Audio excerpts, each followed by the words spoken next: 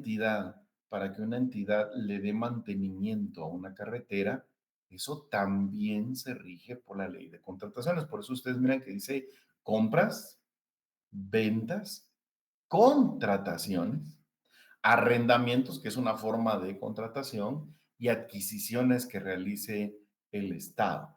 Su objeto de regulación es bien amplio. De cualquier forma en la que el Estado adquiera bienes o contrate servicios, va a quedar regulado por la ley de contrataciones. Y cuando profundizamos, porque tenemos una clase específicamente para el objeto de la ley de contrataciones, van a ver ustedes que rige. Cuando decimos al Estado, se refiere a los tres organismos del Estado: el organismo ejecutivo y todas las dependencias del organismo ejecutivo, todo lo que le llamamos la administración pública centralizada, es decir, desde la presidencia de la República, la vicepresidencia, las secretarías de la presidencia, los ministerios, todas las entidades que jerárquicamente pertenezcan al organismo ejecutivo y dependan del presidente, se rigen por la ley de contrataciones.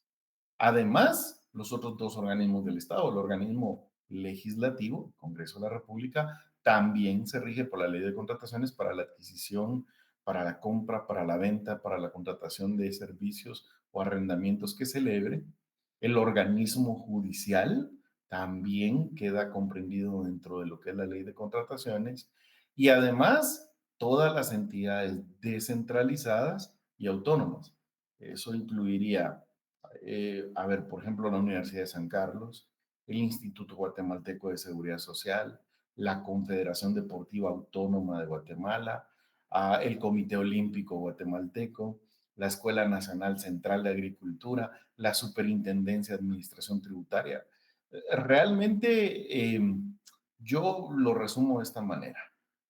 Toda institución que esté administrando o que reciba bienes públicos, que reciba recursos públicos y que pertenezca al Estado, ya sea centralizada, descentralizada o autónoma, se rige por la ley de contrataciones.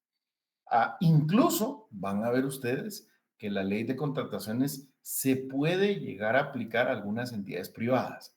Cuando estas entidades privadas, por ejemplo, a ver, reciban, digamos, del presupuesto público una asignación presupuestaria. Ustedes van a ver que hay entidades privadas a las cuales el Congreso, en el presupuesto general de ingresos y egresos de la nación, les asigna, digamos, 10 millones para su funcionamiento, porque aunque sean entidades privadas, el servicio que prestan es de utilidad pública, es de importancia social, y entonces el Congreso decide asignarles ese presupuesto. Como es dinero, como son recursos del Estado, pues la ejecución de esos recursos, eh, cuando se utiliza ese dinero para compras, ventas, contratación, arrendamientos o adquisiciones, se rige por la ley de contrataciones del Estado. Um, bueno, yo les digo, porque sus servicios son, digamos, de utilidad pública o de bienestar social, pero muchas veces ustedes van a encontrar que este es un mecanismo que han encontrado, digamos, para temas de corrupción. A veces lo que hacen es que los mismos funcionarios públicos que aprueban el presupuesto, los diputados, como vimos en las primeras clases, ¿verdad? Crean, digamos, de manera simulada, de manera oculta, crean ellos su ONG o su fundación o su asociación para alguna finalidad, digamos, de interés social. Y las personas que figuran como directivos, como representantes, como fundadores, como asociados de esas entidades privadas, pues de alguna manera, digamos que no son los mismos diputados, sino personas que son afines a los diputados o como se le llama, testaferros, ¿verdad?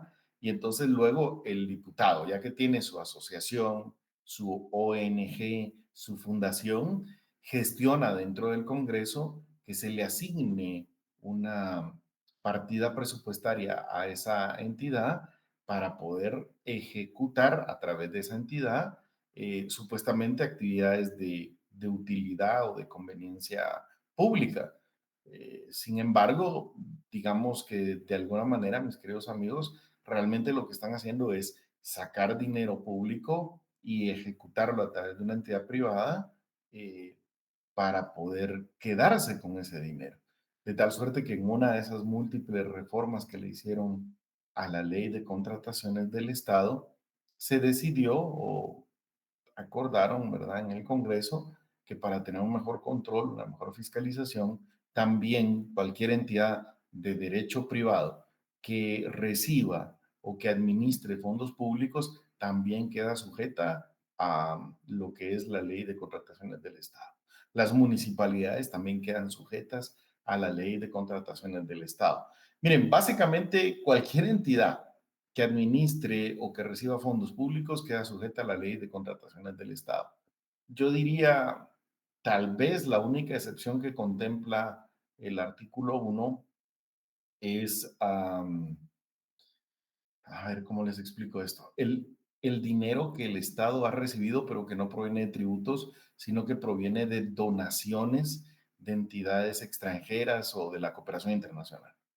Cuando, digamos, la Unión Europea decide que nos va a donar o nos va a proporcionar una ayuda financiera para la ejecución de algún proyecto, ese dinero que donan no está sujeto su gasto, su ejecución a la ley de contrataciones del Estado, sino que la entidad que hace la donación, al hacer la donación, decide cuáles van a ser las reglas que van a regir ese gasto en concreto, porque como están regalando el dinero, que ya les dije de alguna manera que yo entiendo que nadie le regala a uno dinero así sin ningún interés o desinteresadamente, pero lo que se entiende es que como están regalando el dinero, pues eso significa que pueden decidir a no someter ese gasto,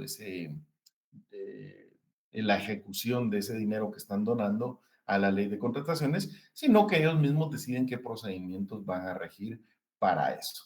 Y quizás esa es la única excepción que yo encuentro de fondos públicos que no quedan sujetos a la ley de contrataciones.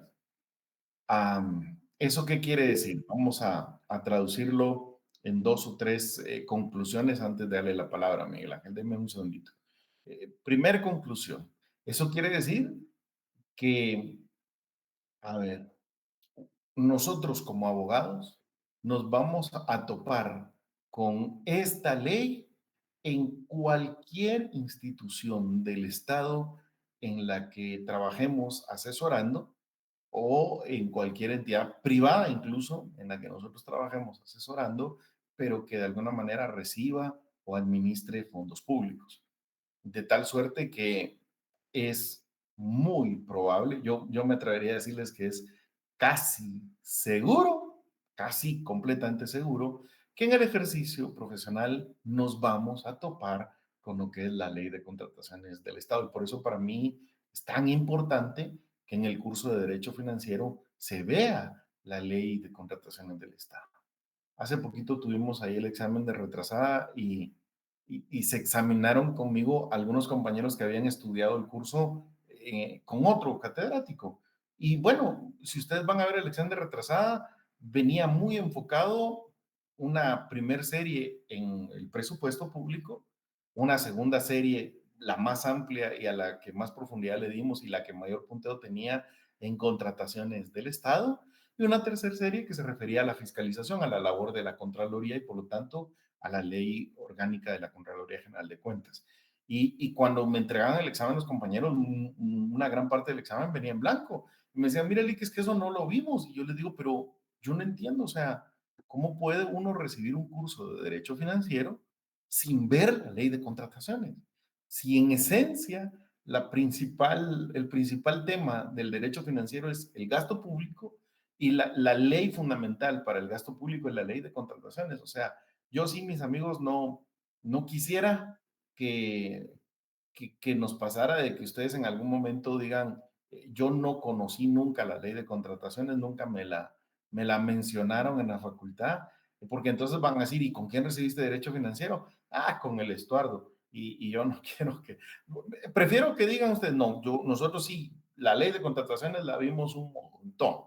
No la estudié, pero eso sí ya fue dejadez de mi parte, pero sí la estudiamos un montón. Y claro, realmente mi mejor deseo, mi sueño es que no solo digan o cuenten que la tratamos en el curso, sino que de alguna manera lleguen a comprenderla, a entenderla, a encontrarle la lógica detrás. Van a ver que es una ley que en un principio uno la siente muy complicada, muy enredada, eh, es difícil de entender y sobre todo porque es como una especie de Frankenstein, está reformada constantemente. Aquí lo que ha pasado es que hicieron la ley con la intención, digamos, de que el gasto se hiciera de la forma más eficiente y más transparente posible y los encargados de utilizar la ley para ejecutar los órganos administrativos, los funcionarios que se encargan de la aplicación, le encontraron la salida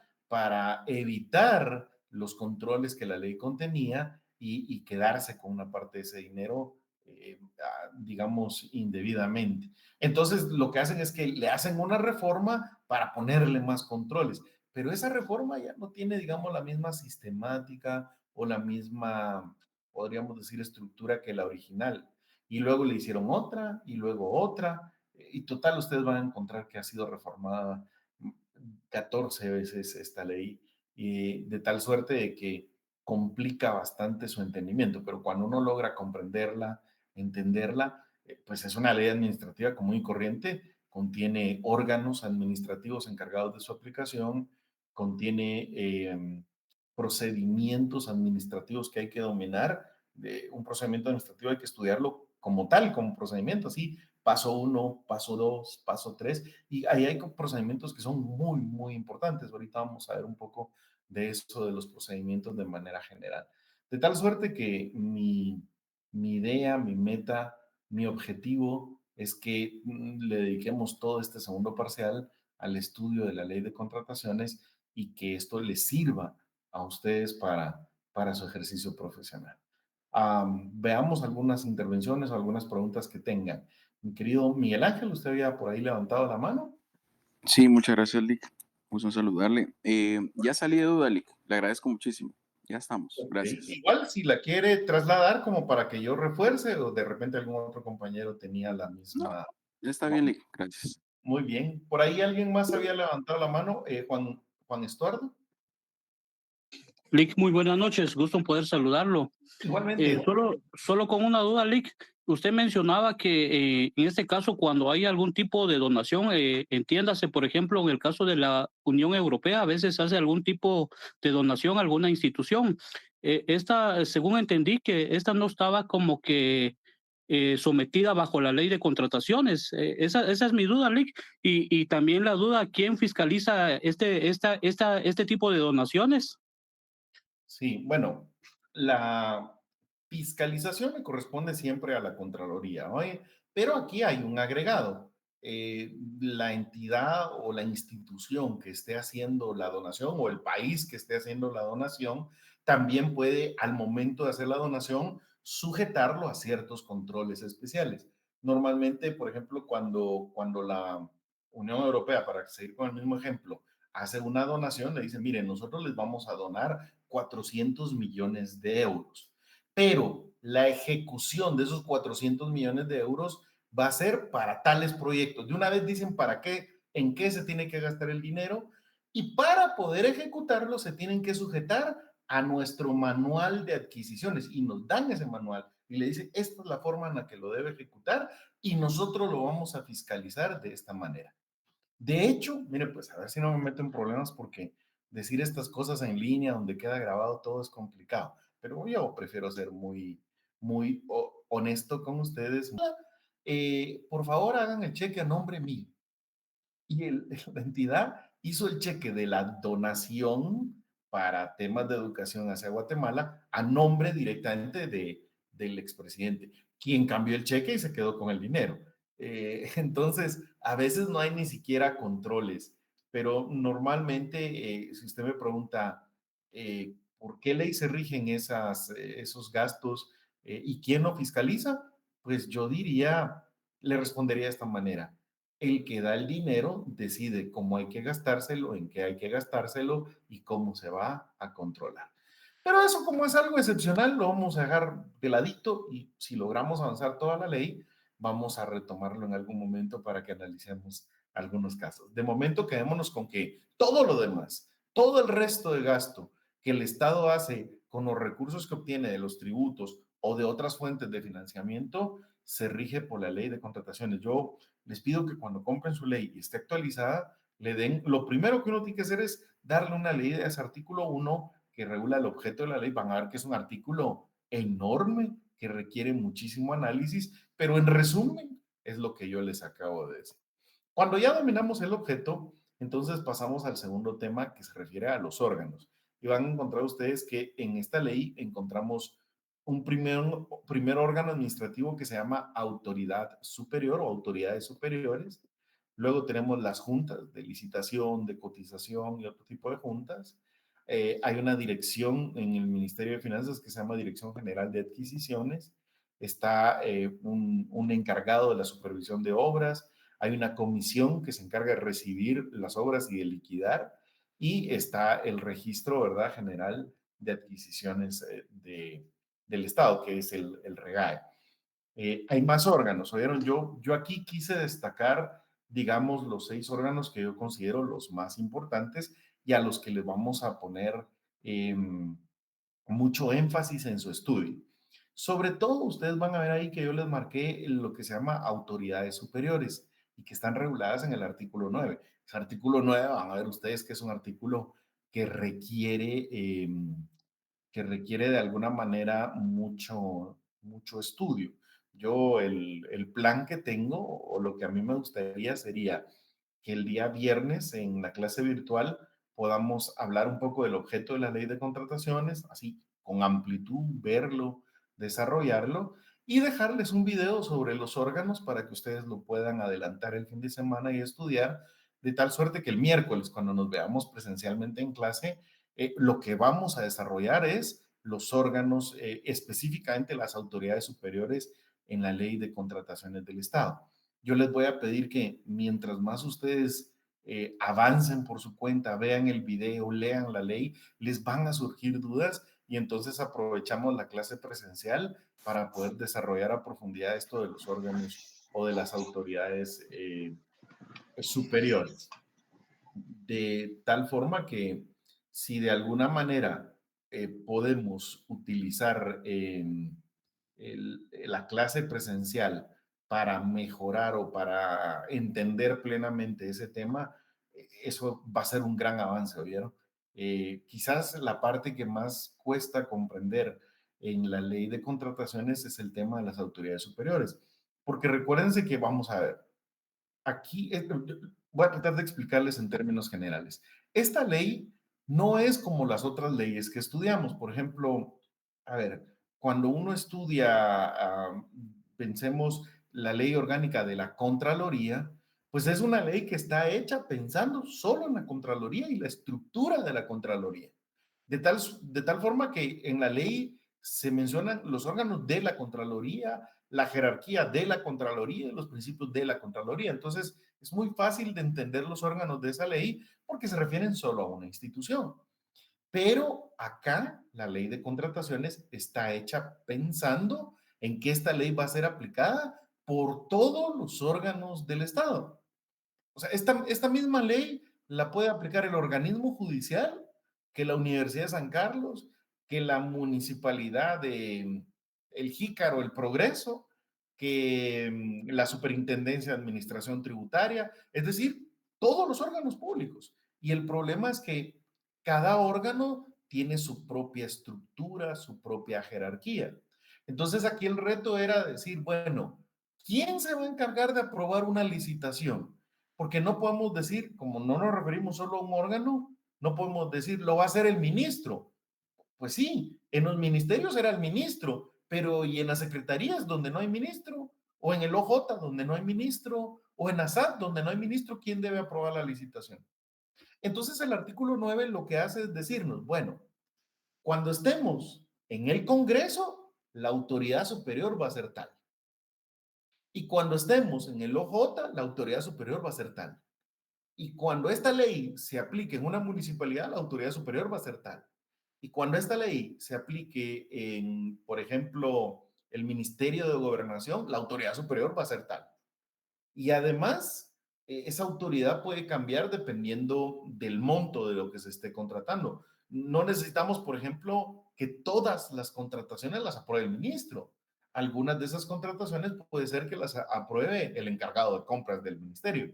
Eso va a depender de los montos. Entonces van a ver ustedes que es un artículo complicado porque trata de abarcar todas las instituciones del Estado y a dos niveles. Si las adquisiciones van a ser superiores de 900,000, va a ser una autoridad superior, y si las adquisiciones van a ser menos de 900,000, pues entonces la autoridad superior cambia. Esa lógica, esa dinámica, al principio cuesta entenderla un poquito y requiere que uno haga un esfuerzo intelectual, haga ejercicios, trate de entender adecuadamente el artículo 9, algún poco de explicación. Por eso yo les voy a dejar un video pregrabado para que ustedes lo puedan estudiar, repetir las veces que se les dé la gana, leerlo, y espero que el miércoles, cuando nos veamos presencialmente la otra semana, aprovechemos para terminar de sacar alguna duda que ustedes puedan tener. Después van a ver, por ejemplo, que cuando uno ya define quién es la autoridad superior, tiene que tener claro qué le corresponde hacer a la autoridad superior, qué atribuciones, bueno, lo correcto sería cuál va a ser su competencia administrativa, qué atribuciones va a tener esa autoridad en cuanto a los procedimientos de adquisiciones del Estado. Y luego, el procedimiento en sí, algunas etapas del procedimiento, va a estar a cargo de lo que le llamamos las juntas. La junta de licitación, la junta de cotización, hay una junta de contrato abierto, hay distintos tipos de juntas, ¿oyeron? Pero básicamente aquí hay dos que nos interesan, la junta de licitación y la junta de cotización. Ahí hay que entender que estos son como órganos que se encargan del procedimiento, hacen todo, reciben las ofertas, las califican, de alguna manera deciden incluso a quién le adjudican, y luego le envían el expediente a la autoridad superior para que sea la autoridad superior la que apruebe. De tal suerte que hay que entender cómo se forman esas juntas, cómo están integradas, quiénes las pueden integrar, qué atribuciones tiene cada uno de los miembros de las juntas, y van a ver ustedes qué responsabilidades tienen los miembros de las juntas. Eso es muy importante, y van a ver ustedes que básicamente este es un órgano que nos interesa mucho porque creo que muchos de ustedes van a ser parte en algún momento de las juntas de licitación o de las juntas de cotización. Entonces, a mí me interesa que ustedes entiendan bien cómo funciona, qué atribuciones tiene, qué hacen, qué no hacen. En fin, ahí hay otro órgano. La Dirección General de Adquisiciones es un órgano bien importante, tiene un par de atribuciones en cuanto a contrataciones, hace el reglamento, administra la página que se debe utilizar para los procedimientos, que es una página que se llama Guatecompras, ¿verdad? Hace un procedimiento que se llama contrato abierto. En fin, la dirección tiene sus propias atribuciones, hay que entender cuáles son, cómo está conformada, dónde está, qué hace y qué no hace. Cuando se trata de obras, digamos, la construcción de una carretera, la construcción de un edificio, de una escuela, de una bodega, de un polideportivo, cualquier obra que se refiera a la construcción de algo, pues tiene dos órganos que nos interesan. Cuando se adjudica, se contrata una empresa para que construya la obra, y luego durante el tiempo que se está haciendo la construcción se nombra un supervisor de la obra. Entonces, fíjese esto, el que financia la obra, el que paga la obra es el Estado con los recursos públicos, y se lo adjudica a la entidad, al contratista que le haga la mejor oferta para construir esa obra con el mejor precio y la mejor calidad. Y luego el Estado también nombra un supervisor que se encargue, pues, como su nombre lo indica, de ir supervisando que la obra se vaya realizando en la forma, con el costo, con la calidad que se pacta en el contrato. Cuando termina la obra, hay un órgano temporal que se llama comisión receptora y liquidadora, pues que como su nombre lo indica, se debe de encargar de llegar a la obra, ver que la obra está terminada, que se concluyó conforme lo pactado en el contrato, y recibir en nombre del Estado la obra. Y en el momento en que recibe la obra, pues el Estado tiene que terminar de pagar. Y cuando yo le digo terminar de pagar, van a ver ustedes que aquí hay un tema de que normalmente en contrataciones públicas se acostumbra que el Estado vaya haciendo anticipos. Eh, Anticipos es, por ejemplo, vamos a construir una carretera y la adjudicación de la carretera es por 100 millones de quetzales, pero le dicen al constructor, si usted construye la primera fase, digamos la primera fase va a tener 5 kilómetros, si usted construye la primera fase, le podemos dar un anticipo de un 15%. Y si construye la segunda fase, entonces ya le podemos dar hasta un 30% del dinero. Y así se van haciendo les digo anticipos, aunque tiene su nombre técnico, ¿verdad? Pero es para que lo entendamos el día de hoy. De todo eso se va a encargar la comisión receptora y liquidadora. Cuando ya recibe la obra terminada, pues su función es, bueno, ya la recibimos, está en la calidad que habíamos pactado, está completa, está terminada y ahora hay que terminar de pagarle descontando los anticipos que se dieron. Y si el Estado se atrasa, van a ver que un artículo ahí con una reforma que le hicieron a la ley de contrataciones tiene que pagar intereses por ese atraso. Es complicado eso, ¿vieron? Eso del pago de intereses, porque cuando hablamos de obras millonarias, a veces solo de intereses son millones también. Cuando yo vi una obra que el Estado debía 240 millones de quetzales al contratista y se atrasó en pagarle 10 años.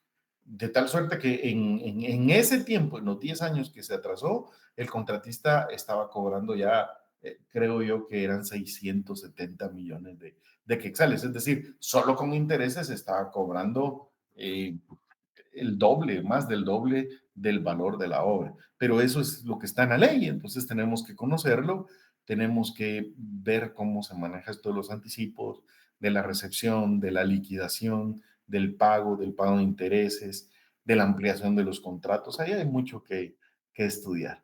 Y el registro que fue con una reforma, ¿verdad? El REGAE se encarga, por ejemplo, de registrar, como su nombre lo indica, quiénes pueden ser proveedores del Estado, qué capacidad económica tiene cada proveedor, porque esa capacidad técnica y económica determina a qué obras puede, en qué concursos puede participar, en qué eventos puede participar.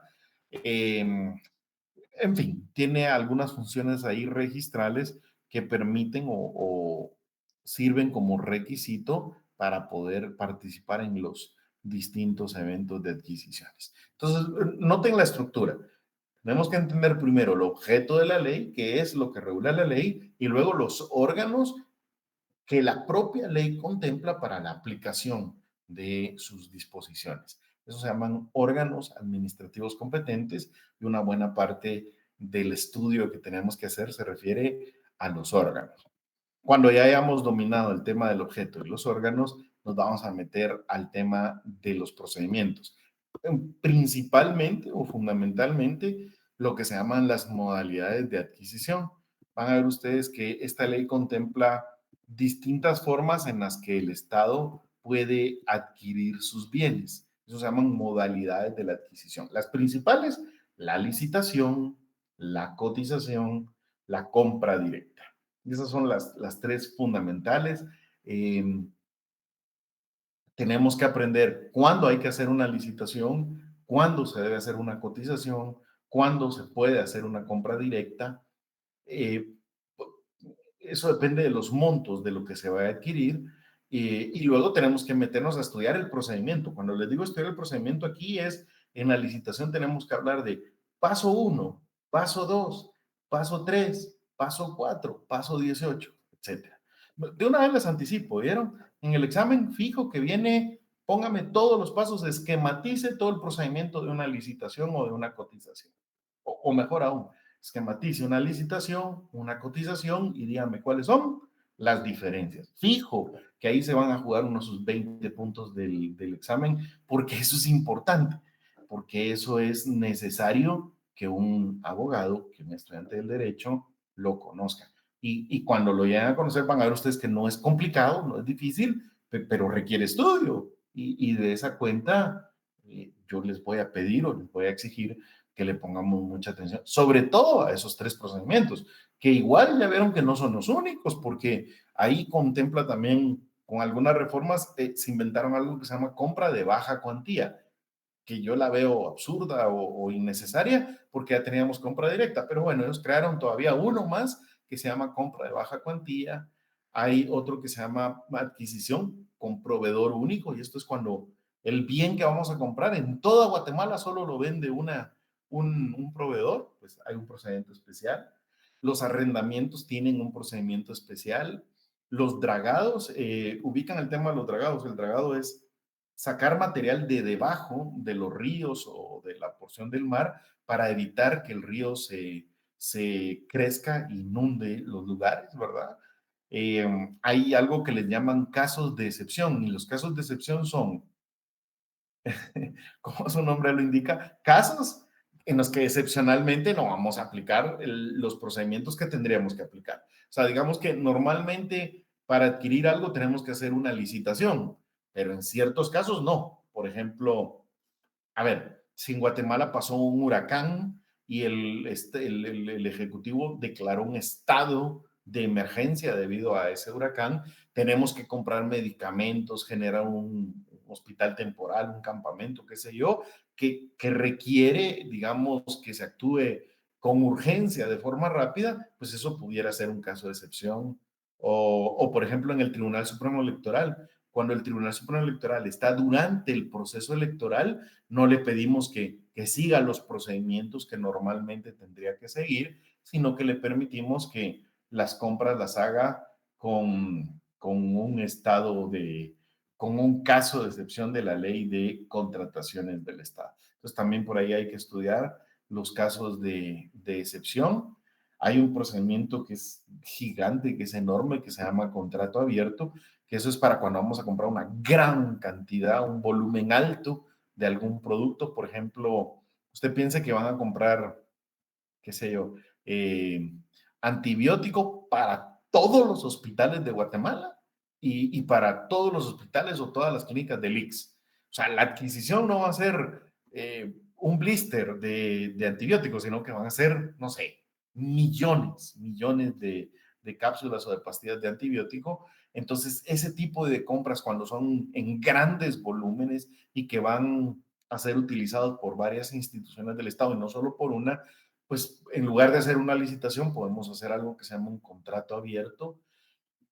Hay aquí un procedimiento que tienen que seguir específicamente las ONGs a las que se les asignaron fondos públicos, fondos del Estado, pero es una ONG, tienen que seguir un procedimiento especial.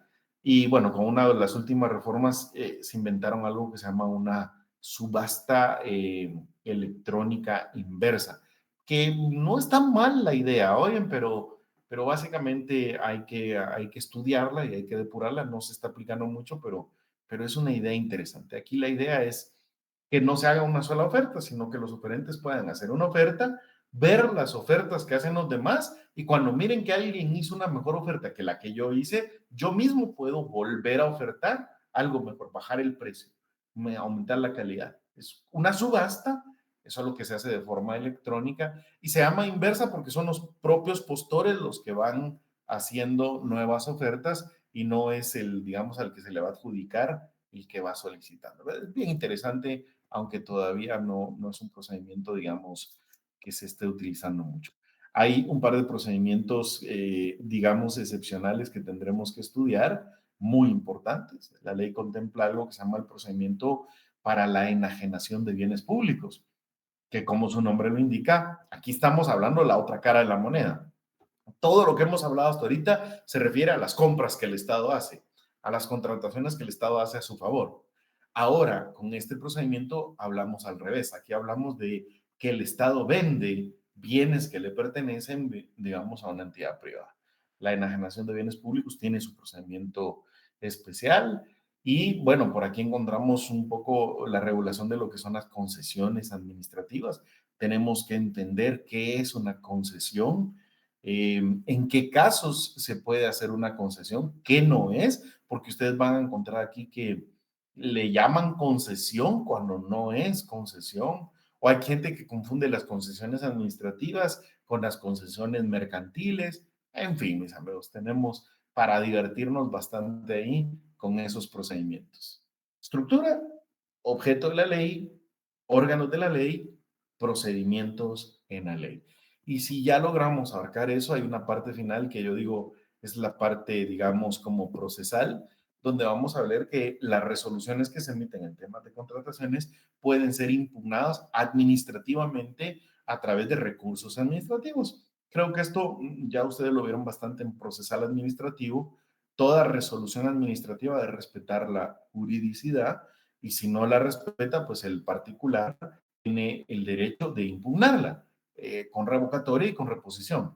Pues acá en contrataciones también se pueden impugnar las resoluciones administrativas con revocatoria o reposición, solo que tienen algunas particularidades. Son los mismos recursos de la ley de lo contencioso, pero con algunas particularidades, sobre todo el plazo para su interposición, que es distinto. Y luego sí, la parte de la vía judicial, donde agotada la vía administrativa, esto puede generar un contencioso administrativo o nos puede llevar a un arbitraje que también se está volviendo muy, muy común. Y en algunos casos que la ley no los deja tan claros, que yo voy a intentar de decirles mi opinión o lo que yo considero, pues también puede ser que la aplicación de la ley de contrataciones nos lleve a que el asunto se tenga que someter a la jurisdicción ordinaria, es decir, a lo civil. Por ejemplo, si un arrendatario no paga la renta, pues habrá que seguirle un sumario de desahucio. Y eso es algo que se tiene que ir a la jurisdicción civil. Bueno, en fin, mis amigos, ahí hay casos en los que no nos vamos a lo contencioso, sino que nos vamos a la jurisdicción civil. Ese es más o menos el esquemita. Yo traté de hacerles una visión general, ponérselos con colorcitos, adornárselos, pero no hay forma sencilla de decirles esto, mis amigos. Hay que estudiar, y hay que estudiar mucho y sobre todo hay que estudiarlo porque esto es importante que lo sepan. No, no es tanto por la nota o por ganar el curso, sino que yo quiero que ustedes sepan esto porque esto les va a servir. Se los garantizo que lo van a ver en su práctica profesional, en su ejercicio profesional, y yo espero que ahí se recuerden de mí y se recuerden bien. Me he encontrado a muchos amigos que estudiaron conmigo, que ahora son profesionales, y que me dicen, mire, Lick, yo nunca me imaginé que básicamente todo mi trabajo iba a ser contrataciones del Estado. Gracias a Dios que entiendo la ley de contrataciones y me dedico solo a eso. O sea, hay abogados que a lo único que se dedican es a la parte jurídica de los procedimientos de contrataciones del Estado y por eso yo quiero que los veamos con mucho detenimiento. Jennifer, ¿tiene usted alguna duda o participación que quiera hacernos? Solo active su micrófono.